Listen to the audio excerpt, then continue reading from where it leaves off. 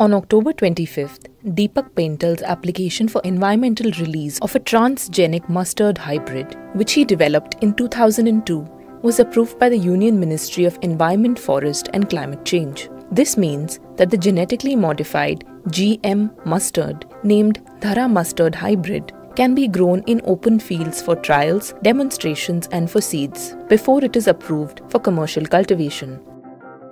On October 31st, Trilochan Mohapatra told the media that the Indian Council of Agricultural Research would conduct the field trials in the next 10-15 days in Rajasthan, Haryana, Punjab, Uttar Pradesh and Madhya Pradesh at 100 locations to verify the yield.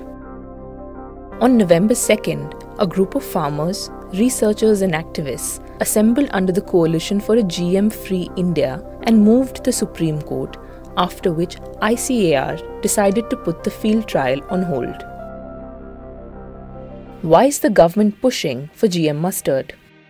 In 2021, India imported 13.35 million tons of oils to meet the demand, which cost 1,17,000 crores. By 2025-26, India will need 34 million tons of edible oils, which will put a significant pressure on the country's foreign exchange reserves. Mustard contributes 40% of total edible oils production in India, while soybean and groundnut account for 18% and 15% respectively. Today, mustard is grown in 8 million hectares with 1 to 1.3 tons yield per hectare. The government claims that transgenic seeds could potentially raise the yields to 3 to 3.5 tons per hectare while being resistant to pests that cause white rust, a common disease of mustard. Since the DMH11 plant is self-pollinating, genetic manipulation prevents problems faced in crossbreeding and directly changes the genetic makeup of a plant. However, DMH11 has been opposed by the Coalition for a GM-Free India. This is because of the introduction of foreign genetic materials in the crop. What is the issue with genetic modification? According to Kavita Kuruganti, the government agencies have ignored the effect of GM mustard on honeybees and other pollinators and have bypassed biosafety protocols. On November 4th, over 100 beekeepers from Rajasthan, Uttar Pradesh, Madhya Pradesh and Haryana gathered at the ICAR Mustard Research Institute in Bharatpur to demand withdrawal of the environmental clearance for GM mustard. Earlier, farmers used to rely on sunflower, cotton, sorghum, pearl millet, corn, sesame, pigeon pea and chana crops for rearing honeybees and used to harvest honey for 8 months in a year. Today, mustard is the only crop that bee farmers depend on. Hybrid crops have already resulted in fewer flowering days, reducing honey harvesting season to less than 3 months a year and affecting production. Farmers claim that GM mustard will cause further drop in honey production. When BT cotton was introduced, during the initial years, honey was harvested twice in a season. Over the years, the flowers stopped yielding nectar. Mustard honey crystallizes quickly and makes exporting to the US and EU feasible, but these countries also demand GM-free certification.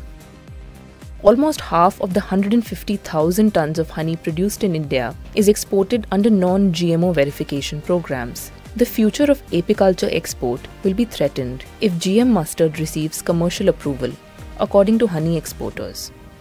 What are scientists fearing? Botanists say that pests and insects may grow resistant to the transgenic crop after a decade or so, triggering the need for newer versions of the seeds. Additionally, honeybees could transfer the genes of GM mustard to other plants, which may lead to horizontal and undesirable gene transfer among plants, causing the growth of unwanted and invasive weeds. Apart from white rust, the mustard crop is also prone to other diseases. On October 31st, the government claimed that GM mustard is not released as a herbicide-tolerant crop, but the herbicide under question, glufosinate ammonium, will be sprayed on the final hybrid seed formed. The difference between a transgenic or GM crop and a hybrid plant is that while the former contains external DNA, the latter only contains DNA from both parents via fertilization. DMH11 is a transgenic hybrid crop. When glufosinate ammonium is sprayed, if the progeny is GM and hybrid, it will survive. However, if the hybrid is not successfully formed, the seed will die due to herbicides. Either way, this dangerous herbicide will enter the food system, and its health impacts on human health and the natural ecosystem are not yet fully deciphered. There are also no long-term studies in the Indian context on the metabolic impact of Barstar and Barnaz genes on the human and animal body. Why do we need long-term studies for this? In November 2009, an article said that the protein in Bt brinjal, which was approved in 2009, was toxic for all organisms.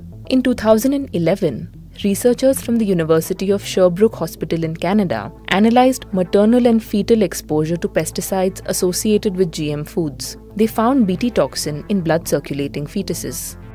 Do we really need GM mustard in India? The yield of any crop depends on its genotype, environment and management, with the latter playing around 80% of the role. According to ICAR, DMH11 will have an average yield advantage of 28% over its parent, Varuna. But India already has non-GM hybrid varieties that yield up to 3200 kgs per hectares. If the system of mustard intensification method is used, the yield can go up to 4200 kilograms. The yield of the traditional mustard crop in the last 40 years has increased by over 300%, from 478 kgs to 2 tons per hectare.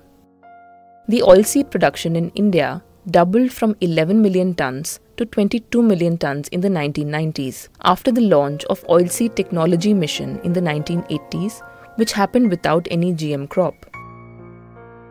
Comparing GM mustard with other high-yielding varieties will reveal its poor performance.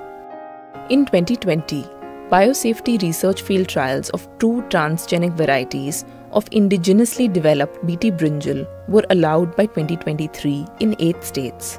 GM cotton and maize seeds are still undergoing confined field trials in Karnataka. But we are yet to see concrete measures taken to establish the long-term safety and profitability of transgenic varieties.